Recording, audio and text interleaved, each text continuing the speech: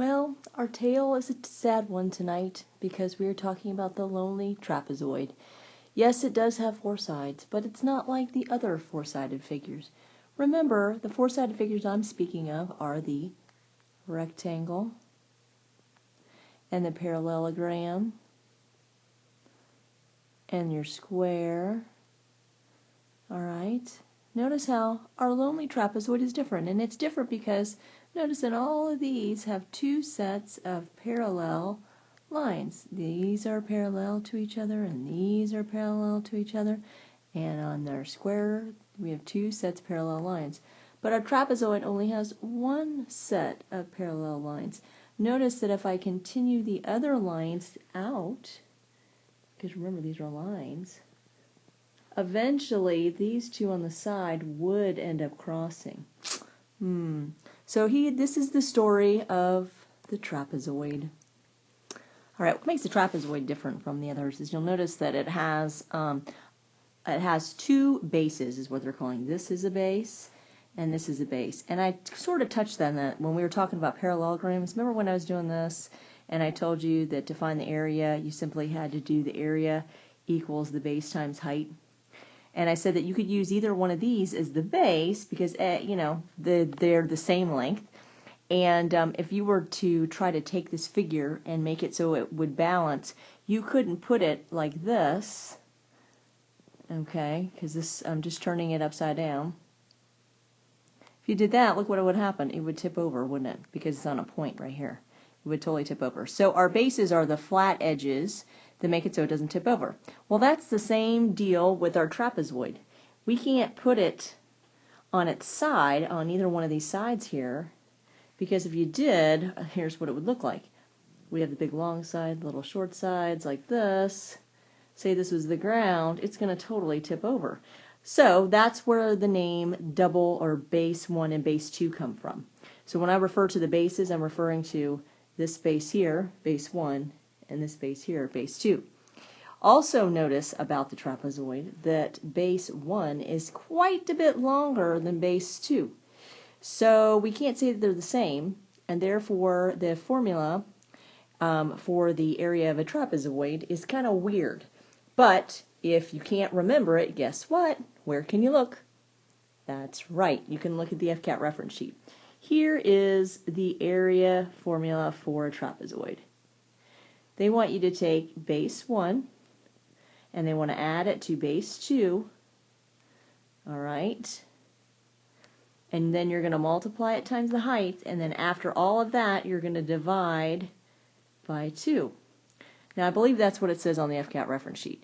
But basically, what they want to do, since these lengths, base 1 and base 2, are not equal, we want to take an average of the two bases. Now, this is not something I'm going to test you on, and as far as tell me how we get the formula, but I'm kind of just giving you a little bit of background.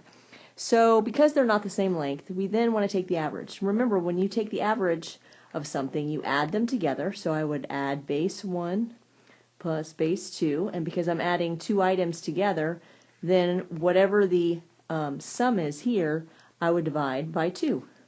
If I was adding 10 items, I would divide by 10. I'm only adding 2. So when you add those together, then you would divide by 2. Let's use it in a real example so you can understand what I mean. Alright, so I have drawn a picture above with a trapezoid, and the first thing I'm going to do is I'm going to write my formula. I'm going to look on my reference sheet because I can't remember, and I'm going to remember that it's base 1 plus base 2 times h. And I'm going to write this just a little bit different. I'll divide by 2 because I ran out of space, but it means you divide by 2. So let's plug in our numbers. What's our base 1? First of all, area equals, what's base 1? Either one of those, it doesn't matter which one, you can pick this one or that one, it doesn't really matter, but pick one of the bases, 4, and we're going to add it to the other base, which is 2, alright, and then we're going to write in our height. Is our height, what number do we use for our height? Is our height 3 or is it 5? You're right, it is 3, so don't get stuck on that slant there. The slant is not going to be used in this problem. And then the whole thing, after you do all that, is going to be divided by 2. So I kind of rewrote it here for you because that might be easier to remember. Alright, so following PEMDAS, we would do parentheses first. This is going to give us 6 times 3 divided by 2. Then we would do multiplication first, going from left to right. 18 divided by 2. And then finally, we would get an area of 9. Now remember, we go back to our problem, it's in meters, but because we did area, it's how many squares fit in that trapezoid. It comes out to 9 meters squared. Okay, here's another problem for you to try. Why don't you pause your tape and see if you can't solve it.